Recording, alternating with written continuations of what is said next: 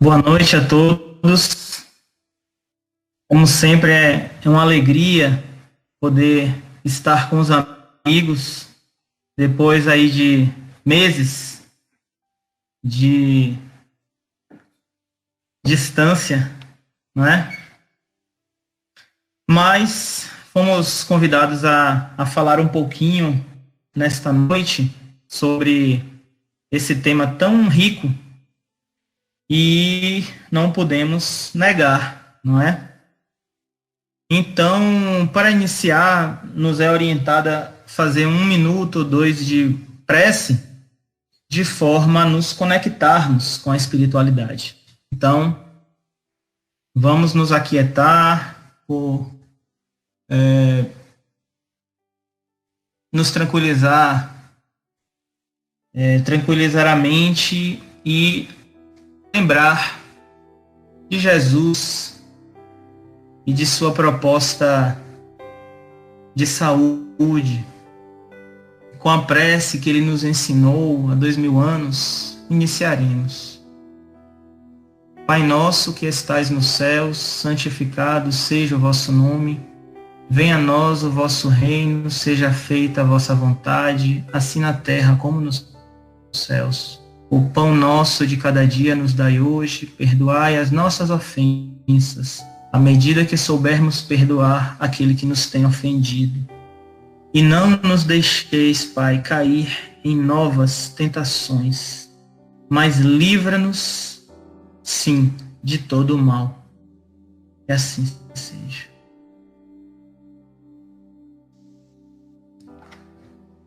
Então, amigos, para iniciar o tema da noite, que é Cruz e Disciplina, do livro Pão Nosso, vamos fazer uma rápida contextualização, não é, daquele momento especial que tivemos em nossa história e depois, para poder comentar, ler o capítulo 103, não é, de mesmo nome, Cruz e Disciplina, e poder desenvolvê-lo, não é? Então,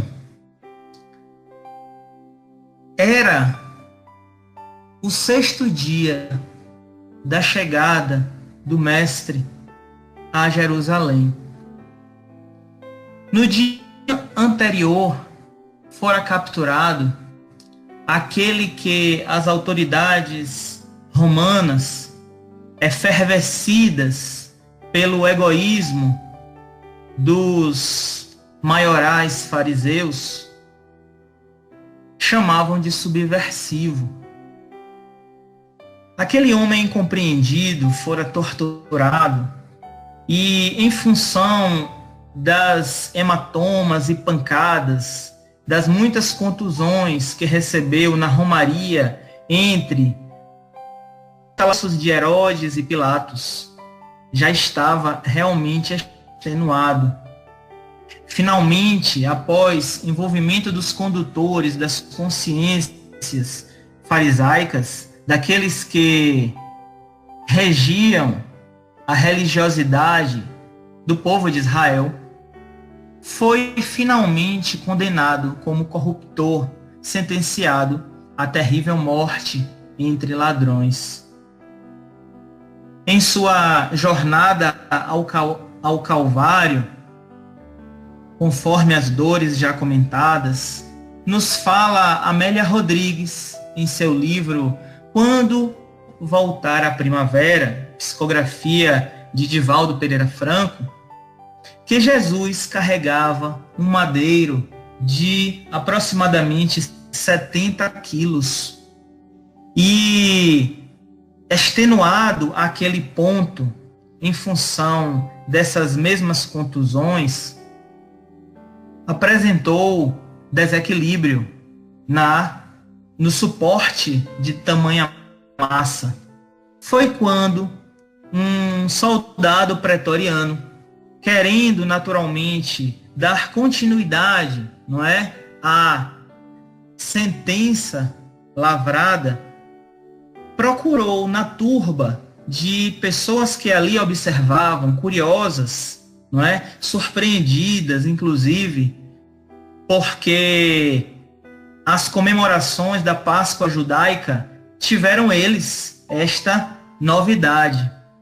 E buscando entre os transeuntes que curiosos olhavam, chamou um homem este que, vindo do interior, vindo igualmente da cidade de Cirene, província romana, na África, ali tudo observava. Sabíamos que ele tinha naturalmente empatia pelo injustiçado que ali carregava o madeiro e que, solicitado, não reagiu à solicitação do representante da águia estrangeira e foi ao encontro de Jesus. Curvando-se, ofereceu o seu ombro e, auxiliando o mestre, recebeu em sua direção um olhar de profundo amor que estremeceu de emoção desconhecida por conseguinte. O sirineu testemunha a crucificação logo em seguida e aguarda pelo prazo que os estudiosos fixaram como em 6 horas que o corpo, o vaso físico do mestre tenha expirado. Mais tarde, sabemos que ele jamais o esqueceu. E, inclusive, procurou aqueles seguidores, seus apóstolos, passando a acompanhá-los. Simão, na visão de Amélia Rodrigues, torna-se um grande exemplo de solidariedade que o mundo nos solicita, amigos, até hoje. Então, esse foi o contexto rapidamente enunciado daquela experiência dolorosa a qual o texto da noite vai nos descorrer. Então, agora, não mais tecendo os meus próprios comentários, mas sim lendo o capítulo 103 do livro em questão, vamos dar sequência. Cruz e disciplina é o nome do texto ao qual vamos conversar. E ele inicia assim. E constrangeram um certo Simão Cirineu, pai de Alexandre e de Rufo, que por ali passava, vindo do campo, o que levasse a cruz. Do Evangelho de Marcos, 15, 21. E o texto diz: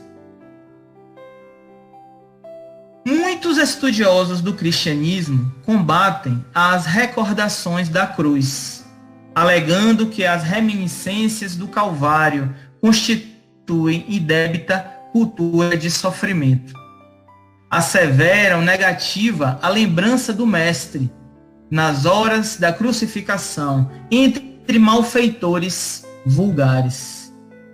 Somos, porém, daqueles que preferem encarar todos os dias do Cristo por gloriosas jornadas e todos os seus minutos por divinas parcelas de seu ministério sagrado ante as necessidades da alma humana.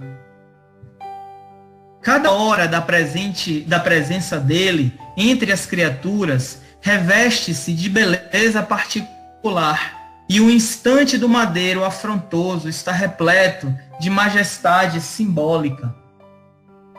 Vários discípulos tecem comentários extensos em derredor da cruz do Senhor e costumam examinar com particularidades teóricas, os madeiros imaginários que trazem consigo.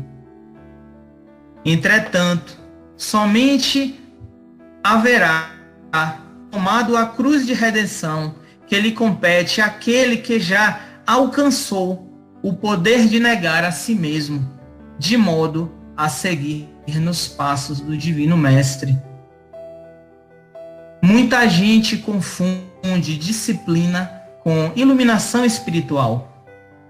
Apenas depois de havermos concordado com o jugo suave de Jesus Cristo, podemos alçar os ombros, a cruz que nos dotará de asas espirituais para a vida eterna.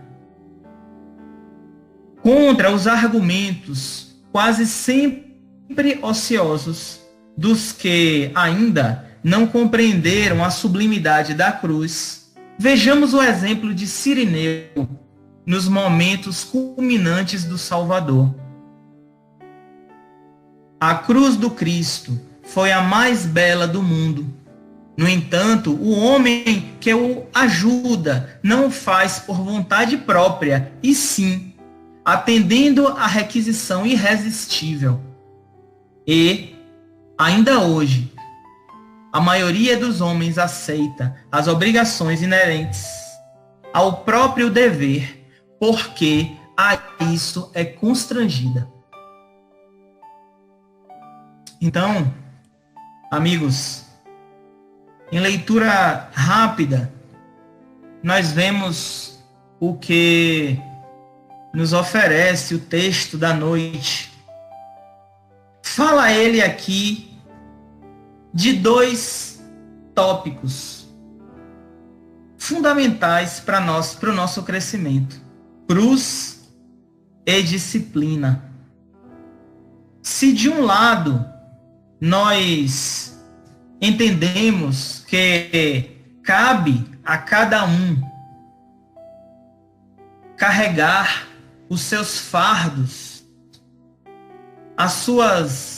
os seus desafios, as suas lutas do dia a dia, observando o exemplo de Simão Cirineu, podemos ver que, concomitante à nossa própria persona, existe a oportunidade de também ajudar aquele que, como nós, olhando para o lado, nos acompanha na vida, na luta. O problema é que, conforme aconteceu com o jovem Simão, ele foi convidado, ele foi constrangido, ele foi obrigado a ajudar. O mesmo acontece com a maioria de nós, se formos analisar em verdade a nossa vida. Porque quantas oportunidades não são oferecidas pela espiritualidade, por Deus, a nós mesmos, para ajudar, colaborar, mas que apenas quando somos forçados pela vida, assim procedemos. Não é difícil, com certeza, de lembrar quantas vezes, a mim mesmo, pensando em minhas próprias experiências, quantas vezes não tive a oportunidade de servir aos desconhecidos da vida, mas que, por motivo qualquer, hesitei. Tenho certeza que o que acontece comigo acontece com todos. Não é assim?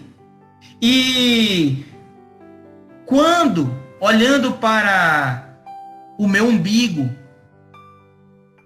lembro de minhas dores, com certeza esqueço ainda da dor daquele que me acompanha na estrada. Falando certa vez com um amigo, quando tivemos a oportunidade de ajudar uma outra pessoa, não é? Que tínhamos acabado de conhecer, ele mostrou para mim que sentia vergonha em sair do carro e poder prestar o seu concurso. Então, amigos, observemos que estamos num mundo onde invertemos totalmente nossos valores.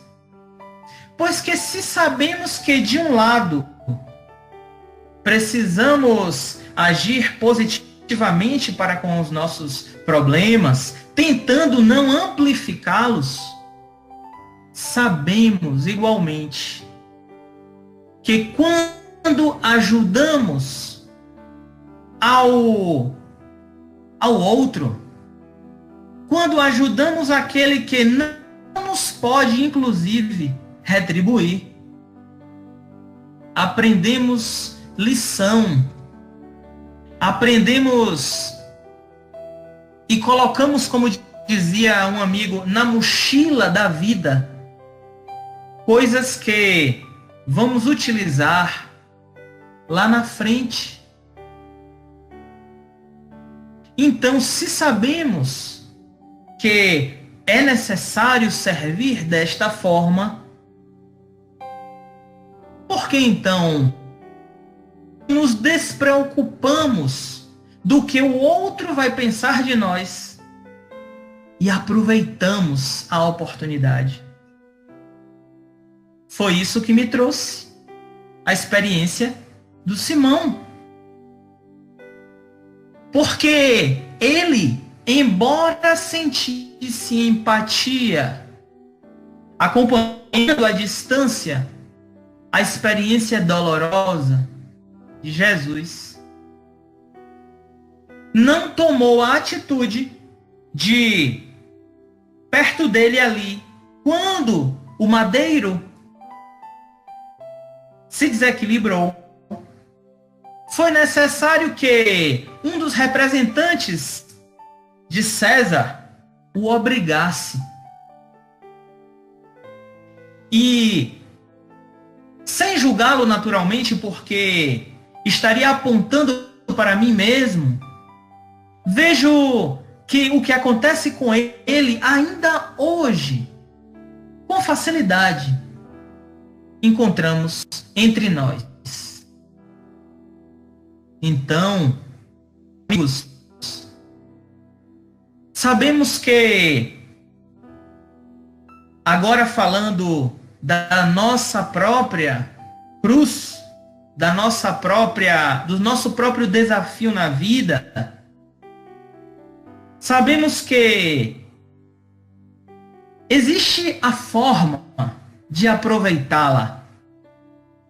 Existe o que os espíritos não nos cansam, através das literaturas diversas, de nos fazer lembrar de que existe a forma de carregá-la.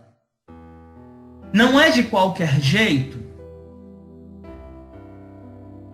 E eles nos falam da aceitação versus a revolta. De que, ao receber esta cruz, nos cabe aceitar o seu peso, trabalhando em nós tudo aquilo que não seja revolta. Pois que esta, simplesmente, a revolta, quero dizer, nos aproxima do orgulho e da vaidade, coisa que só nos atrapalha. a aceitação, o bem sofrer, do que o livro dos Espíritos, ou melhor, o Evangelho nos fala do bom combate, simplesmente, dia após dia, nos ajuda a entender pela experimentação o que realmente significa a palavra humildade. Esta palavrinha que para o Cristo, para o nosso professor, representou exemplos inigualáveis, onde inclusive, amigos, procedeu a situações como esta, antes, por exemplo, de fazer os milagres, antes, por exemplo, de agir na matéria, perguntava Jesus se realmente aquele que estava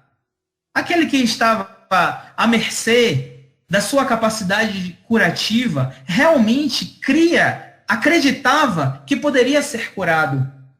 E, além da fé, que procedia, como sabemos, como uma bomba magnética para os fluidos do mestre,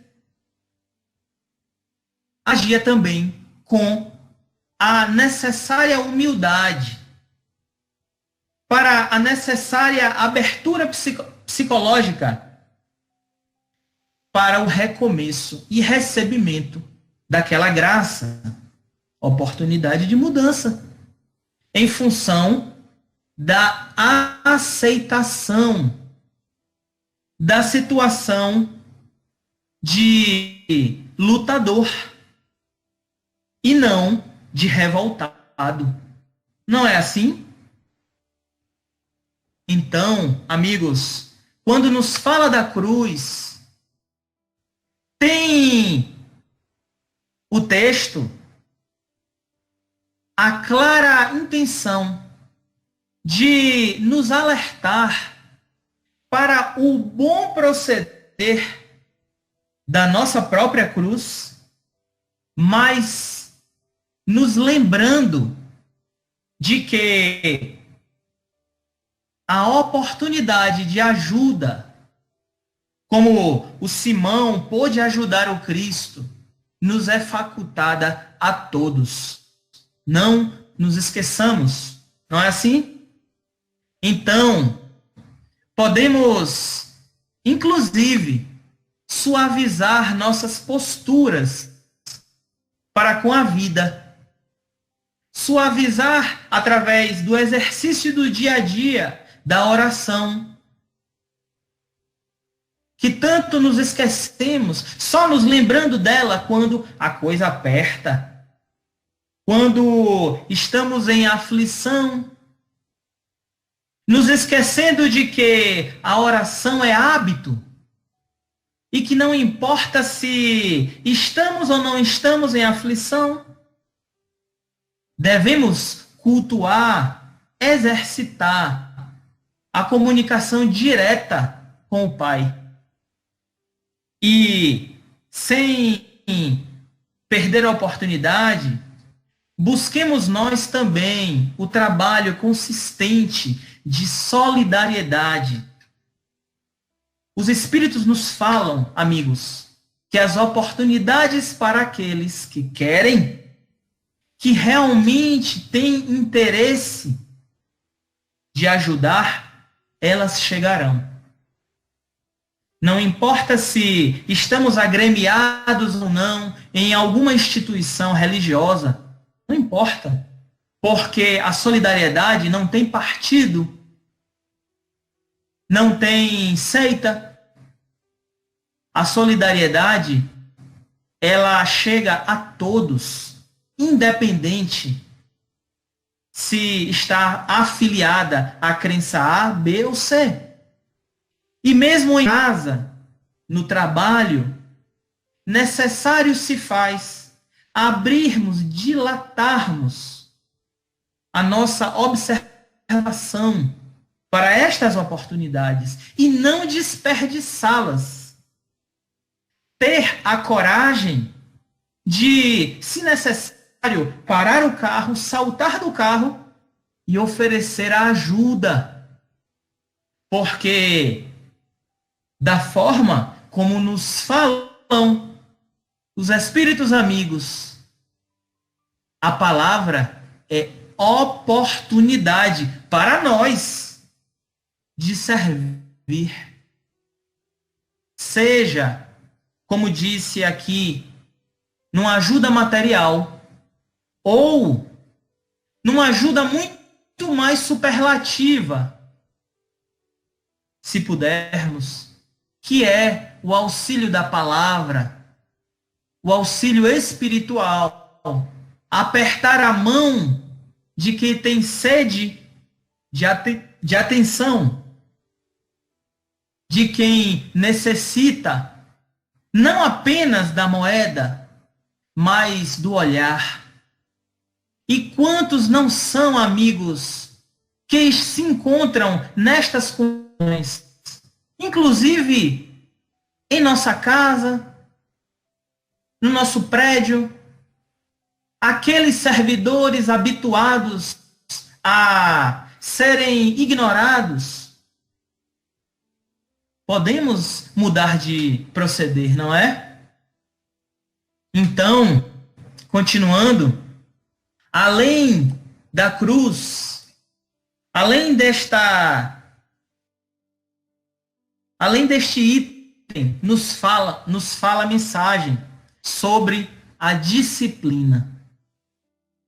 Aí, vou lhes dizer que para a maioria de nós, não apenas para mim, esta palavrinha se configura como um grande desafio. Porque disciplina, antes de mais nada, nos remete à constância, nos remete ao esforço de mantermos numa linha de procedimento, de proceder, sem altos e baixos, como é natural das criaturas da terra.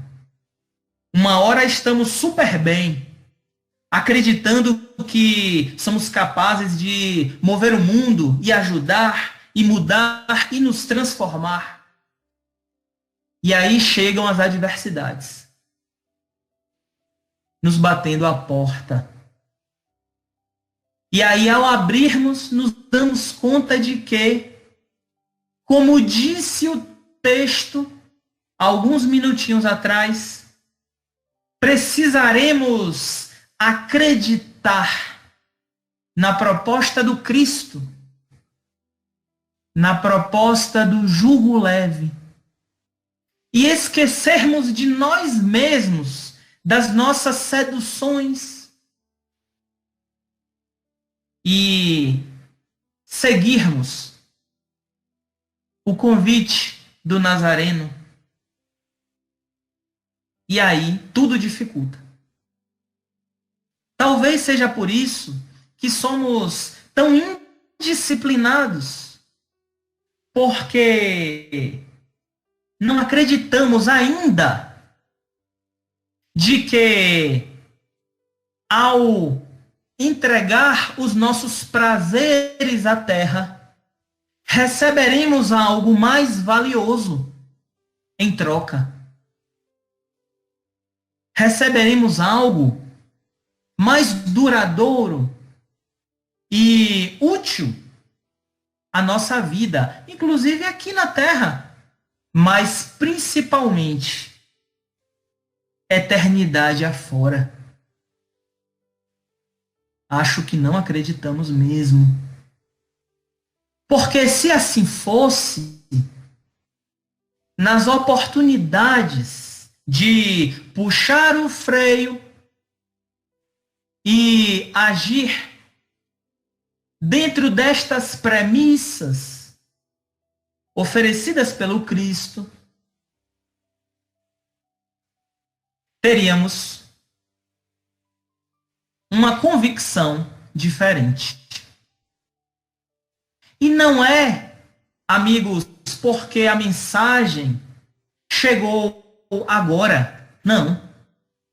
Antes do Cristo, enviados para preparar a sua vinda, aqui estiveram, nos trazendo as informações que ele reiterou e amplificou em muitas vezes, como é o exemplo da introdução em nossa cultura da palavrinha inesquecível chamada amor.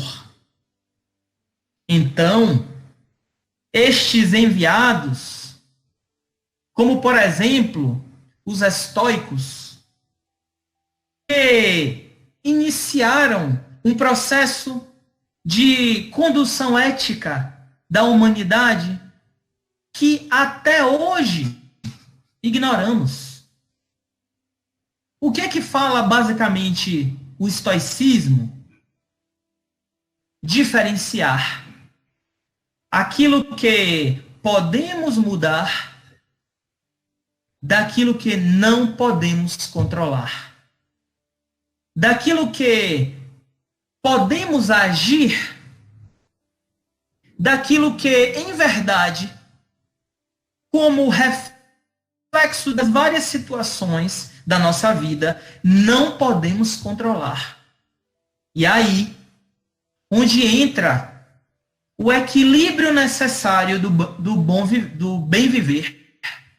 Porque se algo não pode ser controlado por nós, por que então a ansiedade? Não faz muito mais sentido nos preocupar com aquilo que realmente pode ser controlado por nós? Por aquilo que podemos realmente agir? E nos fala estes mesmos filósofos que aquilo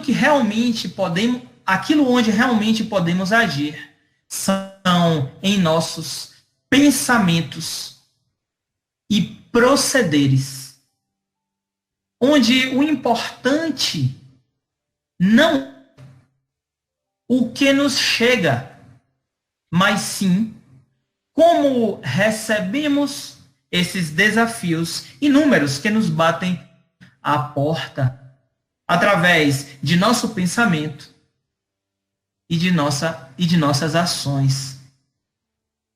Não é isto exatamente, amigos, que nos falam os Espíritos?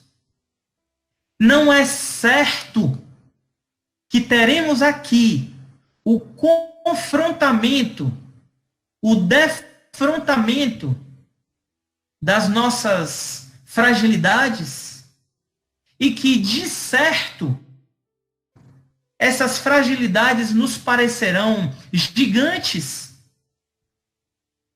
Não dá para controlar. Mas podemos, ao recebê-las, podemos, quando elas nos baterem à porta, chegarem até nós, podemos agir com este estoicismo a que estamos aqui discutindo. Podemos recebê-las com uma postura positiva. Podemos recebê-las acrescendo a palavra amor que o Cristo nos ensinou. E talvez, como dizendo o Divaldo, amando os nossos problemas. Quando pensamos que eles são a porta da transformação real de nossas vidas.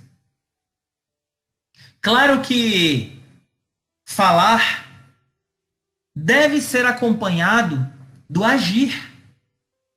De minha parte, posso dizer que enfrentamos juntos as dificuldades.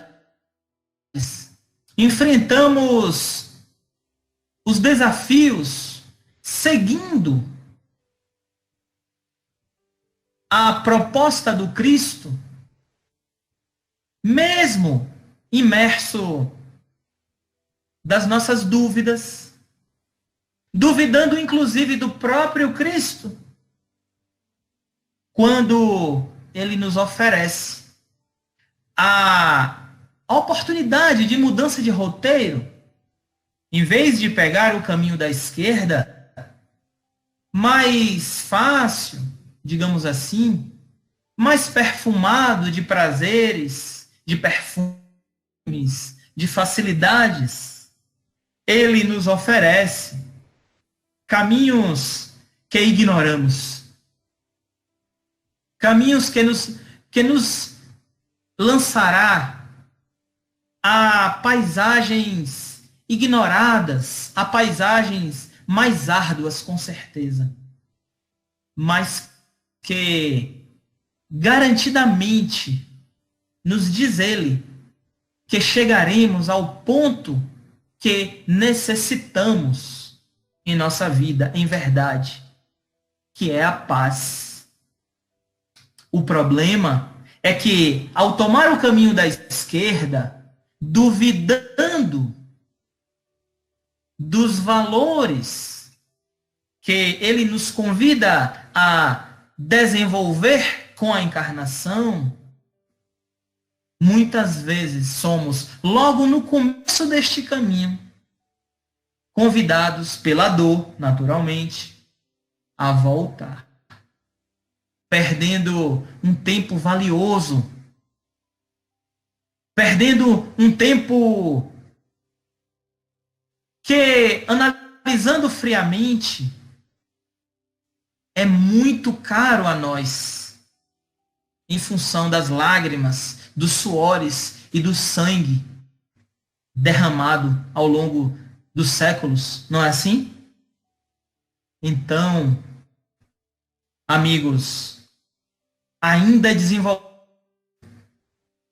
o tema dos estoicos, vejam que basicamente podem ser resumidas em 4 pilares a sua filosofia.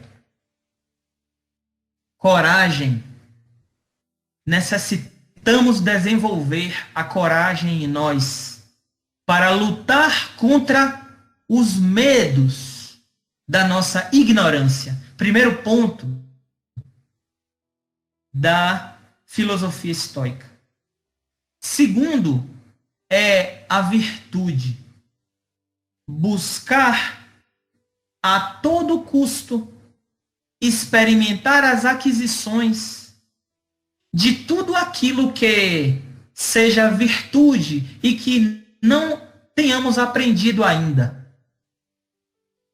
Depois, o autocontrole necessário para todo aquele que quer fazer a necessária volta dos caminhos duvidosos do mundo para os caminhos assertivos de Deus, é adquirir controle sobre si mesmo, controle sobre suas emoções e controle sobre seus pensamentos, evitando tudo aquilo que seja sugestivo para o mal e buscando tudo aquilo que seja positivo na sua jornada.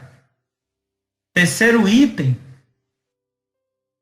E quarto, que é, em verdade, a própria definição da filosofia, não é? Digamos assim, um amor pela sabedoria, numa tradução, numa transcrição livre, temos o quarto pilar dos ensinamentos históricos de milênios do estoicismo, que é a busca pela sabedoria.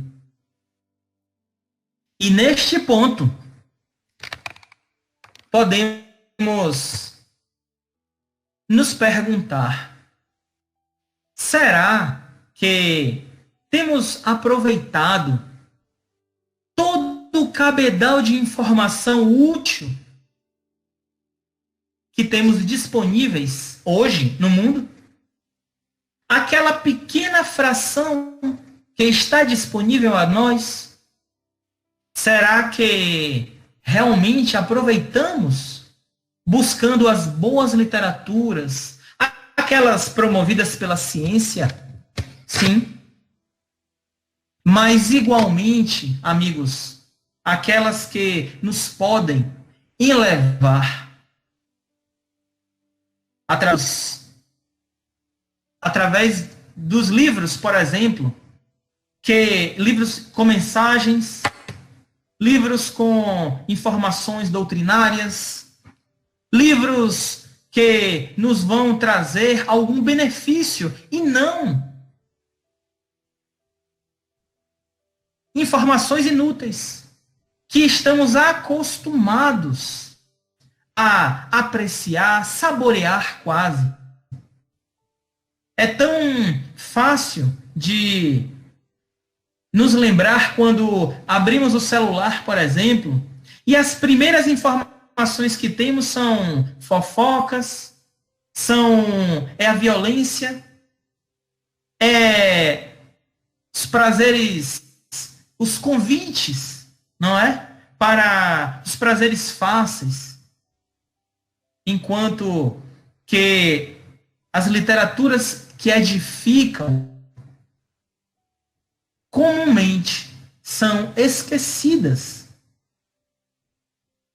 pela humanidade.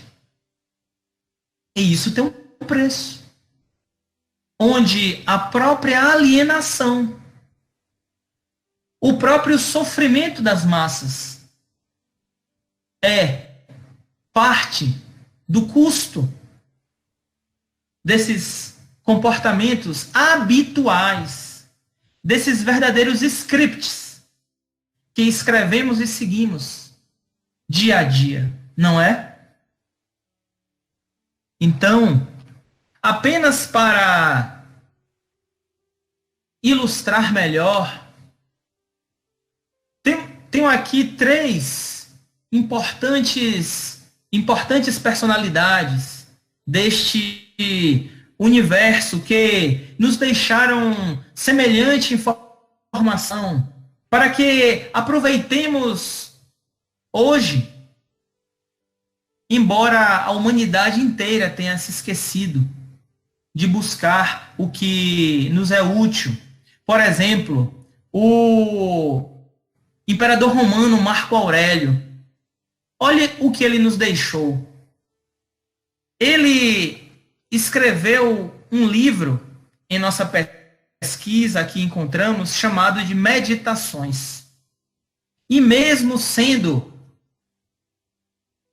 o homem mais importante do seu tempo, mesmo sendo ele dono das vidas de milhões, buscou ele legar a Roma da época, em seu livro, um contexto formidável, onde dos vários pontos aqui que podemos observar, vou apenas recapitular 3 ou 4, quiçá. O primeiro seria: encontre o seu propósito. Senhores, mais de 2000 anos atrás, encontre o seu propósito, para que, mesmo quando os problemas venham, você saber em que ponto da vida está. Encontre o seu propósito. O segundo, seja consistente.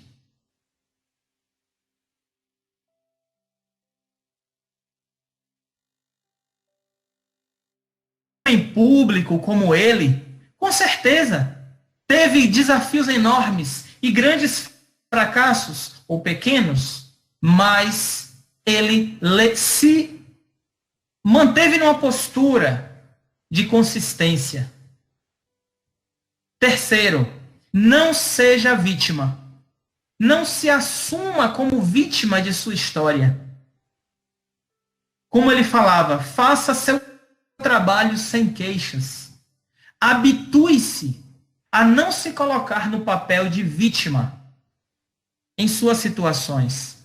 E o último, evite as pessoas negativas.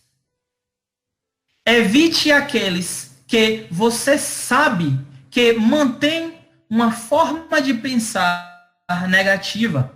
Se afaste dessas pessoas. E, entre tantos outros, ele tem uma frasezinha que eu achei fantástica. Muito pouco é necessário para uma vida feliz. Está tudo dentro de você, em seu modo de pensar. Fecha aspas. Um legado romano nos trazendo esse tipo de informação. Outro, Epíteto, que foi um ex-escravo romano e consultor de Nero. Inclusive foi morto por ele também. O que ele fala? Não é o que acontece com você, mas como você reage o que importa. Será que já ouvimos isso antes? E vai além. Doente e ainda feliz. Em perigo e ainda feliz. Morrendo e ainda feliz. No exílio e ainda feliz. Na desgraça, amigos, e ainda feliz. Eu achei fantástica. Para mim, serviu muito essa frase. E, finalizando, temos talvez um dos mais ilustres de seu tempo, Sêneca, onde ele fala: se você realmente quer escapar das coisas que o incomodam, o que você precisa não é estar em um lugar diferente, mas ser uma pessoa diferente. Quantas vezes nós não ouvimos naturalmente, de forma atualizada, na boca de nossos amigos, de nossos familiares, ou daqueles que escrevem os livros de autoajuda, daqueles que buscam as soluções excepcionais, mas há milênios, amigos, temos as informações disponíveis e simplesmente ignoramos. Então, concluindo, buscando aqui a síntese do que conversamos nesta noite, busquemos a nossa cruz sem nos descuidar das oportunidades de vida da cruz do outro. Busquemos trabalhar o nosso coração para aproveitar as oportunidades de desenvolvermos a nossa disciplina. Porque, como nos dizia Emmanuel, disciplina, disciplina e disciplina é o roteiro da mudança. Não é assim? Então, agradecendo a oportunidade de poder conversar um pouquinho, embora seja assim tão unilateral ainda, mas poder falar sobre o Cristo, poder falar sobre a sua moral, poder falar sobre as oportunidades de aprendizagem da sua doutrina, para mim, é lição única. E que, com certeza, é assim para todos quando queremos realmente mudar, não é? Então, para fechar, vamos nos colocar novamente de forma confortável em nossas cadeiras para fazer a prece final e receber os fluidos dos amigos que nos acompanham.